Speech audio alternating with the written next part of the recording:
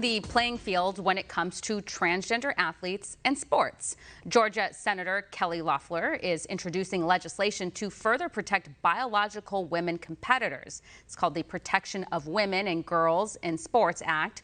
It makes a biological male's participation in sports designated for women and girls a violation of Title IX. Now, violators could risk losing federal funding for noncompliance. About a year ago, I interviewed a high school student, a track and field athlete from Connecticut, who was directly impacted by transgender competition. This young woman, Selena Soul, lost her spot in the girls' track championship to two biological males who were allowed to compete as women, thanks to the transgender policies in her state. It's extremely intimidating and frustrating being forced to compete against someone who's biologically a male. It's scientifically proven that they are bigger and stronger than women, as they have more muscle mass and they have bigger organs. And it's just not a fair contest having a woman compete against a man, because no matter how hard she tries and how much work she puts in practice, the male will always beat her. Now, it's clearly not a fair race. The LGBTQ community will most likely collectively lose their minds over this proposed legislation, and my prediction is the ACLU will probably get involved too. But really, how fair is it for a biological male to compete in women's sports?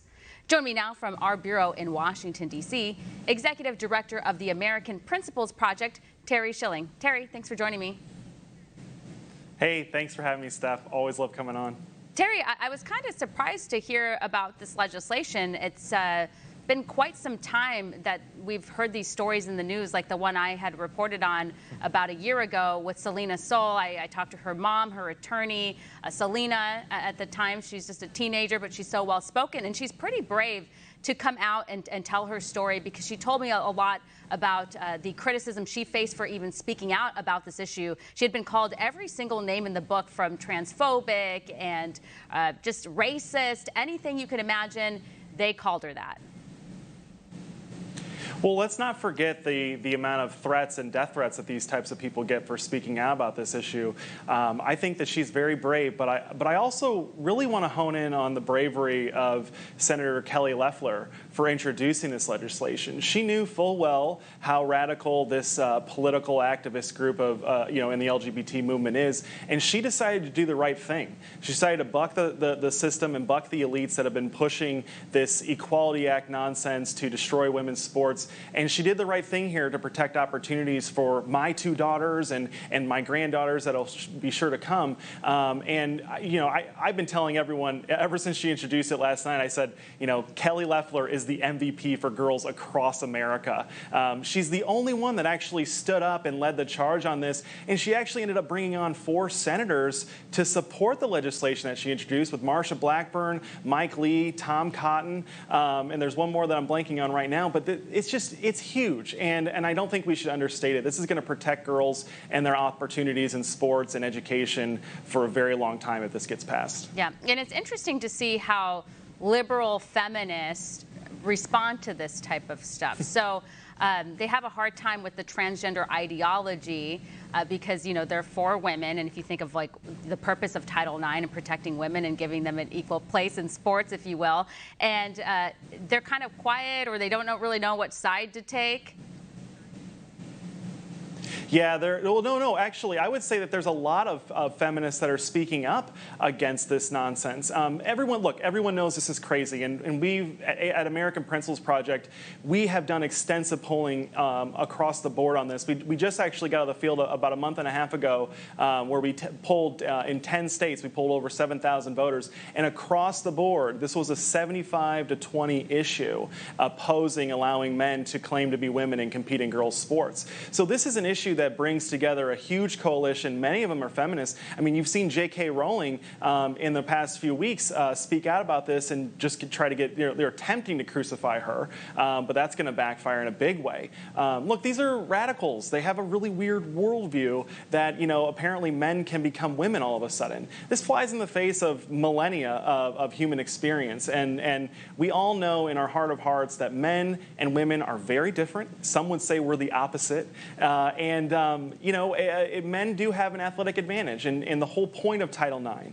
and civil rights and giving this was to create an equal and level playing field for girls so that they had athletic opportunities and they had educational opportunities just as much as men do. And what the left is pushing here is just so radical, and it would overturn decades of advances for women across the country. Yeah.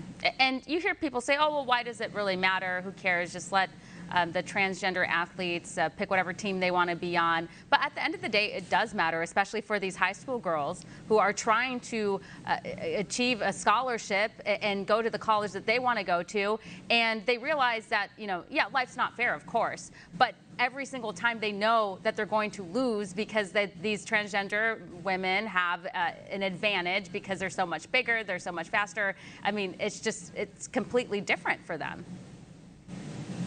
No, that's exactly right, Stephanie. And there's a huge misperception that this isn't a big deal and that it's not happening. But it is happening. And the thing I've noticed about the people who dismiss this as not being a big deal is that either, the commonality is that they either don't know a female athlete, or they don't have a daughter that competes, or they themselves as a woman have never competed in sports and had to actually put in the training and everything. If you have a daughter or a mom or a sister or anyone that has had to compete in athletics, you know how hard they work. And you know the unfair advantages that men have over them just from having all the testosterone that we get from going through puberty. But look, this is a big deal. It's happening. My organization itself has already compiled over 18 cases in America where this is happening to women, where they're having their opportunities destroyed and ruined. And to put that in perspective, and I'm not comparing the injustice here, but there were 9 unarmed black men that were killed by police officers last year. So we found double the amount of cases where this is actually happening. And I'm only pointing that out just because you can't say that, this Black Lives Matter movement is important and should be happening, but then also say that women aren't having their opportunities in athletics taken away. They are having their athletics and their opportunities taken away, and it's only going to get worse if the Democrats pass the Equality Act. Yeah. And so we're not sure where this legislation is going to go and if it's going to get the support that it needs. But let's say that it does. This legislation would penalize schools who are receiving federal funding right now if they permit such participation from biological males. So they're threatening to pull the federal dollars here. So that kind of puts schools in a difficult situation because they could potentially face either lawsuits from either side, and then they're also going to face, potentially losing funds. Look, some people might think that they're put into a difficult situation, but I actually think that this isn't about being put in a difficult situation. This is about justice and doing the right thing and upholding federal law. It's already federal law that men and women have different sports leagues, and that it's not based off of gender identity. It's based off of biological sex and your genetics. That's what the law says. That's what the law stipulates, and that's what the federal government should be upholding. And Kelly Loeffler's bill simply just makes that stronger and puts some real teeth into it. And by the way, Secretary Betsy DeVos from the Department of Education is already starting to implement policies like this. And question is, what Loeffler's legislation would do is give them even more standing and backing and solidify it into the U.S. Code. Well, we're totally out of time. Thank you.